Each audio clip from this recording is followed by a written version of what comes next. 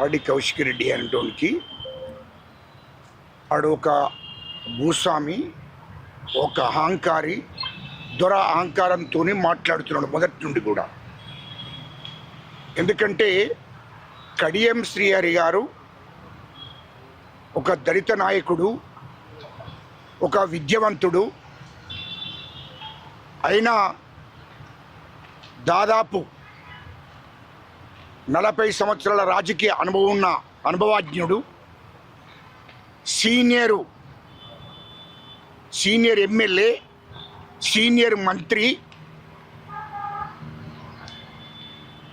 మరి ఆయన అనుభవంలో వీడి ఈకెలు కూడా కాదు కౌశిక్ రెడ్డి. ఆయన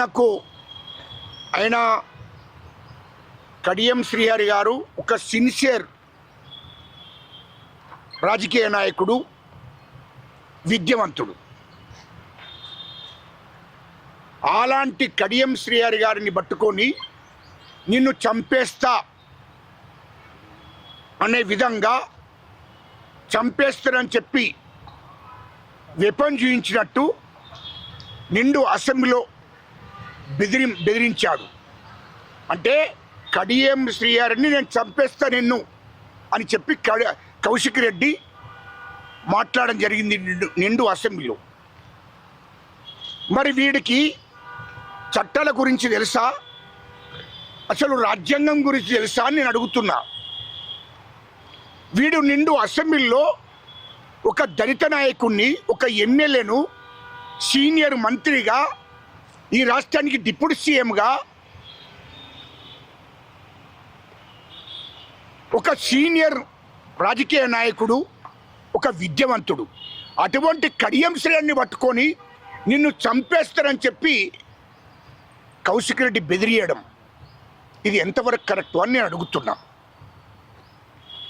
ఈ కౌశిక్ రెడ్డి అనేటోడు గతంలో కూడా తెలంగాణ ఉద్యమం నడుస్తున్న కాలంలో వైఎస్ జగన్మోహన్ రెడ్డిని మహబూబాబాద్ తీసుకెళ్ళి, అప్పుడు మానుకోట అందరు దాన్ని, 2010లో వేల మంది ఉద్యమకారుల మీద తుపాకీ వెక్కుబెట్టి అందరిని బెదిరించి పోలీసులను అడ్డం పెట్టుకొని ఉద్యమకారులను ఆ మానుకోటలో జరిగిన దాడిలో అనేక మంది, వేల మంది ఉద్యమకారులను తరిమేసి 11 మంది మీద దాడి చేశాడు కౌశిక్ రెడ్డి అనేటోడు. తెలంగాణ రాష్ట్రం రావాలని ఉద్యమం చేసిన యువత మీద 11 మంది మీద దాడి చేస్తే కాళ్ళు రెక్కలు ఇరిగి చావు బతుకుల మధ్యలో వాళ్ళని విడిచిపెట్టిండు. అప్పుడు వరంగల్ హాస్పిటల్కి వాళ్ళని తీసుకుపోవడం జరిగింది. ఇది వాడి చరిత్ర కౌశిక్ రెడ్డి. అంటే కౌశిక్ రెడ్డి అనేటోడు ఆనాడు తెలంగాణ రాష్ట్రం కోసం కొట్లాడినటువంటి ఉద్యమకారుల మీద, తెలంగాణ రాష్ట్రం రావాలని చెప్పి పోరాటం చేస్తున్నట్టు ఉద్యమకారుల మీద కూడా వీడు దాడి చేయడం జరిగింది. వేల మంది మీద, ఒక 11 మంది మీద దాడి చేసి చావు బతుకుల మధ్యలో వాళ్ళని వదిలేశాడు, వాళ్ళ కాళ్ళు రెక్కలు ఇరుగొట్టి. అటువంటి దుర్మార్గుడు కౌశిక్ రెడ్డి అనేటోడు. అదేవిధంగా హుజురాబాదు నియోజకవర్గంలో కొంతమంది బడాబాబులతో మీటింగ్ పెట్టి వాడు ఏమంటాడంటే మాలామాదిగల గురించి, అరే ఇలాంటి సీక్రెట్ మీటింగ్లకు మాలామాదిగోళ్ళను రానియకండి, మాలామాదిగోళ్ళకు కుక్కకు బొక్కేస్తే ఎట్లా నడుపుకుంటుంటారో మాలామాదిగలు కూడా అట్లనే ఉంటారు. ఈ మాలామాదిగలను నేను వచ్చినప్పుడు ఈ సీక్రెట్ మీటింగ్లు కానీ ఇంపార్టెంట్ మీటింగ్లకు మాలామాదిగలను రానియకూడదు అని చెప్పి మాలామాదిగలను అక్కడ హుజురాబాద్ కాన్స్టిట్యూషన్లో మాలామాదిగలను ఎన్నోసార్లు అవమానపరుచుకుంటూ మాట్లాడింది రికార్డు ఉంది. అంటే వాడు హుజురాబాద్లో కూడా మాలామాదిగోళ్ళు అంటే కించపరిచినట్టు, అవమానపరిచినట్టు మాట్లాడడం జరిగింది అనేక సార్లు. ఇప్పటికి కూడా వాడు హుజురాబాద్ కాన్స్టిట్యూషన్లో ఉన్నటువంటి దళితులను, మాలామాదిగలను కించపరుచుకుంటూ వాళ్ళని లెక్కలకు లేకుండా మాట్లాడతాడు. అటువంటి దుర్మార్గుడే కౌశిక్ రెడ్డి. అలాంటి దుర్మార్గుణ్ణి కేటీఆర్ అంటోడు టీఆర్ఎస్ పార్టీలో చేర్చుకున్నాడు. తెలంగాణ ఉద్యమకాలను చంపాలని చూసినటువంటి కౌశిక్ రెడ్డిని, తెలంగాణ ఉద్యమకాల మీద దాడి చేసిన కౌశిక్ రెడ్డిని మరి దళితులను మాలామాదిగలని కులం పేరుతో తిట్టినటువంటి కౌశిక్ రెడ్డిని టీఆర్ఎస్ పార్టీ మరి టీఆర్ఎస్ పార్టీలో ఏర్చుకొని ఆయనకి ఎమ్మెల్యే టికెట్ ఇచ్చారు. అంటే ఏమన్నట్టు కేసీఆర్ కేటీఆర్ హరీష్ రావు కాన్సెప్ట్ ఏంటి? వాడు తెలంగాణ ఉద్యమకాలను చంపినా పర్వాలేదు, దాడి చేసినా పర్వాలేదు, మాలామాదిగల మీద కులం పేరుతో తిట్టినా పర్వాలేదు, ఖచ్చితంగా మా టీఆర్ఎస్ పార్టీకి తీసుకోవాలనే వాళ్ళు తీసుకున్నారు. వాడు తెలంగాణ ఉద్యమకాల మీద దళితుల మీద విషం నక్కుతున్న కౌశిక్ రెడ్డిని టీఆర్ఎస్ పార్టీకి తీసుకున్నారు. ఇది ప్రజలు అర్థం చేసుకుంటున్నారు. అదేవిధంగా ఒకటి కాదు రెండు కాదు, సిపి గారిని పోలీస్ కమిషనర్ను కరీంనగర్ పోలీస్ కమిషనర్ను కూడా ఇష్టం వచ్చినట్టు ఆయన కులం పేరు పెట్టి ఇష్టం వచ్చినట్టు కూడా కమిషనర్ని మాట్లాడండి పోలీస్ కమిషనర్ను. అదేమోగా రాష్ట్ర గవర్నర్ను ఒక మహిళ ఒక స్త్రీ, మరి ఈ దేశంలో 50% స్త్రీలే ఉంటారు, మహిళలు ఉంటారు. అలాంటి ఆడిబిడ్డను ఒక గవర్నర్ని పట్టుకొని కూడా నీచంగా మాట్లాడాడు కౌశిక్ రెడ్డి. అంటే ఇలాంటి దుర్మార్గుడు. అంటే ఒక దిక్కు మహిళలంటే లెక్కలేదు, ఒక దిక్కు దళితులంటే లెక్కలేదు, ఒక దిక్కు పోలీస్ కమిషనర్ అంటే లెక్కలేదు, తెలంగాణ ఉద్యమకాలు లెక్కలేదు. స్పీకర్ మీద కాగితాలు చించి అసెంబ్లీలో స్పీకర్ ఒక దళిత స్పీకర్ మీద ఇసిరేయడం జరిగింది. ఇలాంటి దుర్మార్గుణ్ణి మరి తెలంగాణలో వదిలేస్తే ఇది ఎంతవరకు సమంజసమని అంటున్నా. అంటే ఇలాంటి దుర్మార్గుడు టీఆర్ఎస్ పార్టీలోకి తీసుకొని వాడిని ఒక మాఫియాగా ఒక గుండగా ఈ కేటీఆర్ అంటోడు తయారు చేస్తున్నాడు. ఇది వాస్తవము.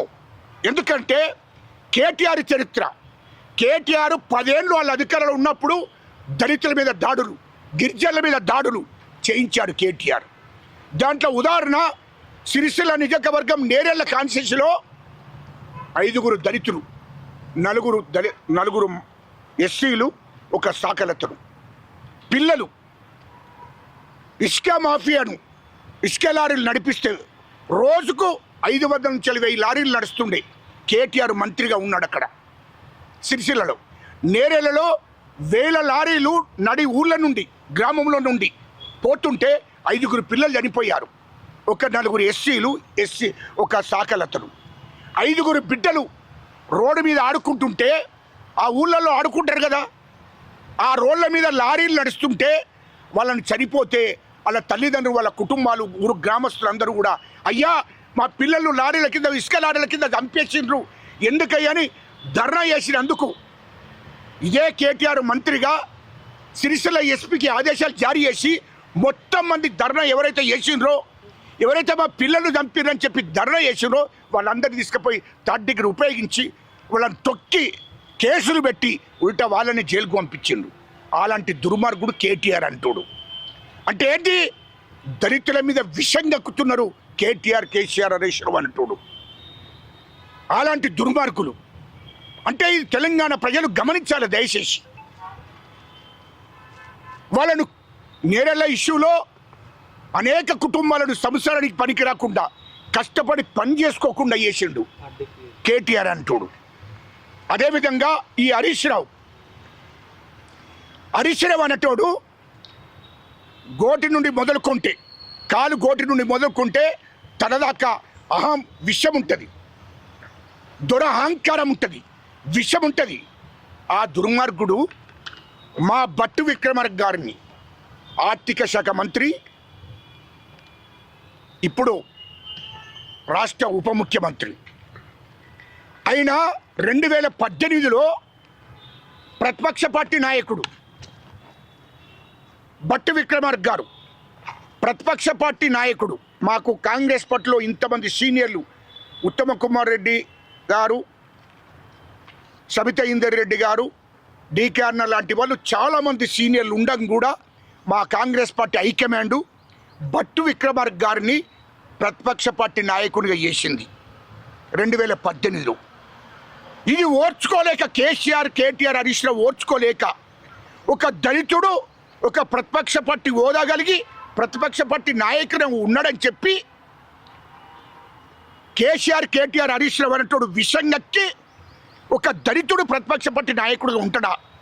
ప్రతిపక్ష పార్టీ హోదా కలిగి ఉంటే వాళ్ళు ఓర్చుకోలేక ప్రతిపక్ష పార్టీ హోదా లేకుండా చేసిండ్రు. సబితా ఇందర్ రెడ్డి గారిని, సుధీర్ రెడ్డి గారిని, వీళ్ళందరినీ కూడా కాంగ్రెస్ పార్టీ 18 మంది ఎమ్మెల్యేలను వాళ్ళు కొనుగోలు చేసిండ్రు. డబ్బులు ఇచ్చి, బెదిరించి, పదవులు ఇస్తారని చెప్పి భ్రమలు పెట్టి కాంగ్రెస్ ఎమ్మెల్యేలందరూ తీసుకుంటే కాంగ్రెస్ పార్టీకి ప్రతిపక్ష హోదా తీసేసిండ్రు. అది ఒక దళితుడు ప్రతిపక్ష పార్టీ నాయకుడు ఉండకూడదని భట్టు విక్రమార్క గారికి ప్రతిపక్ష హోదా లేకుండా చేసినటువంటి చరిత్ర కేసీఆర్, హరీష్ రావు, కేటీఆర్ది. వీళ్ళు దురహంకారంతో ఒక దళితుడు ప్రతిపక్ష పార్టీ నాయకుడు ఉండకూడదని చెప్పి ప్రతిపక్ష పార్టీ హోదా లేకుండా చేసిన మొత్తం కాంగ్రెస్ పార్టీ ఎమ్మెల్యేలు కొనుగోలు చేసిండ్రు. అటువంటి దుర్మార్గులు కేసీఆర్, కేటీఆర్, హరీష్ రావు. వీళ్ళను తెలంగాణ ప్రజలు క్షమిస్తారని అంటున్నా. అదే విషయం ఇప్పుడు హక్కుతున్నాడు హరీష్ రావు. ఒక రాష్ట్రానికి ఆర్థిక శాఖ మంత్రి, రాష్ట్ర డిప్యూటీ సీఎం ఉంటే ఆర్థిక శాఖ మంత్రి అంటే ఏంటి? ఎస్సీలకు, ఎస్టీలకు, బీసీలకు, మైనార్టీలకు, రెడ్లకు, బ్రాహ్మణులకు, వైశ్యులకు, అన్ని వర్గాలకు, బ్రాహ్మణులకు, అన్ని వర్గాలకు కూడా సమానంగా సామాజిక న్యాయం జరగాలనే ఒక లక్ష్యంతో బడ్జెట్ రూపొందించిన మా ఆర్థిక శాఖ మంత్రి భట్టు విక్రమార్క గారు. అందరికీ సామాజిక న్యాయం జరగాలి, తెలంగాణ ప్రజలందరికీ కూడా సామాజిక న్యాయం జరగాలి, కార్మికులకు, కర్షకులకు, యువతకు, విద్యార్థులకు, ఉద్యోగులకు అందరికీ కూడా సామాజిక న్యాయం జరగాలనే ఆలోచనతో, లక్ష్యంతో మరి బడ్జెట్ను రూపొందించాడు. అటువంటి బడ్జెట్ను రూపొందించిన భట్టు విక్రమార్క గారిని హరీష్ రావు ఇష్టం వచ్చినట్టు అంటే నిండు అసెంబ్లీలో ఇష్టం వచ్చినట్టు మాట్లాడిండు. నీకు బడ్జెట్ను రూపొందించరాదు, బడ్జెట్ను పెట్టరాదు, లేకుంటే నీకు అవగాహన లేదు అన్నట్టు మా భట్టు విక్రమార్క గారిని అసెంబ్లీలో హరీష్ రావు విమర్శిస్తాడు. ఒక దళితుడు కాబట్టి మా భట్టు విక్రమార్క గారిని ఆర్థిక శాఖ మంత్రి, డిప్యూటీ సీఎంను ఓర్వలేక ఇష్టం వచ్చినట్టు హరీష్ రావు కించపరిచినట్టు మాట్లాడాడు. అంటే ఒక దళితుడు ఆర్థిక శాఖ మంత్రి ఉండకూడదు, ఒక దళితుడు రాష్ట్రానికి ఉప ముఖ్యమంత్రి ఉండకూడదు. అటువంటి దుర్మార్గమైన ఆలోచన వేసి హరీష్ రావు అన్నట్టు దళితుల మీద విషం గక్కుతున్నాడు. ఇలాంటి దుర్మార్గులను ఈ రాష్ట్ర ప్రజలు క్షమిస్తారని అడుగుతున్నా. అరే, ఆనాడు దళితుడిని ముఖ్యమంత్రి చేస్తారని కేసీఆర్ మోసం చేసిండు. ఆనాడు ఆర్థిక శాఖ మంత్రి హరీష్ రావు అన్నట్టు వానికి చదువు లేదు, కానీ మా భట్టు విక్రమార్క గారు యూనివర్సిటీలో చదువుకున్నాడు, విద్యావంతుడు, జ్ఞానవంతుడు, తెలివివంతుడు. మా భట్టు విక్రమార్క గారికి అన్ని వర్గాల గురించి అవగాహన ఉన్నది, చదువుకున్న విద్యావంతుడు.